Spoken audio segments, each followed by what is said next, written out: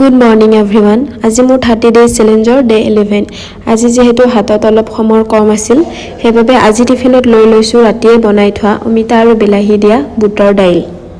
এতিয়া এইখিনি এটা টিফিনত ভৰাই ভালকৈ পেক কৰাই লৈছো। আৰু এতিয়া ধুনীয়াকৈ সিজি যোৱা দাইলখিনিৰ লগত দুখন খাবলৈ ৰুটি বনাই লম আৰু ৰুটি দুখনো ধুনীয়াকৈ এখন গৰম পেনত ভালকৈ সেকি লম। এতিয়া ৰুটিখিনিও এটা টিফিনত ধুনীয়াকৈ পেক কৰাই লৈছো।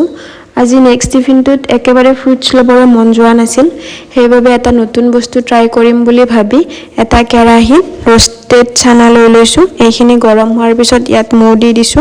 মৌৰ সলনি আপোনালোকে গুৰ মিঠাই ব্যৱহাৰ কৰিব পাৰে।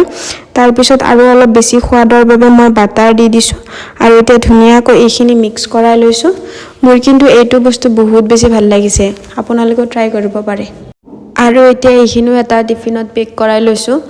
আশা কৰিম আপোনালোকে মোৰ ভিডিঅ'বোৰ চাই ভাল পাই আছে আৰু ইমান বেছি মৰম আৰু সাপোৰ্ট কৰাৰ বাবে থেংক ইউ। আজিলৈ ইমানে, আকৌ এটি লগ পাম নতুন ভিডিঅ'ত। Bye bye.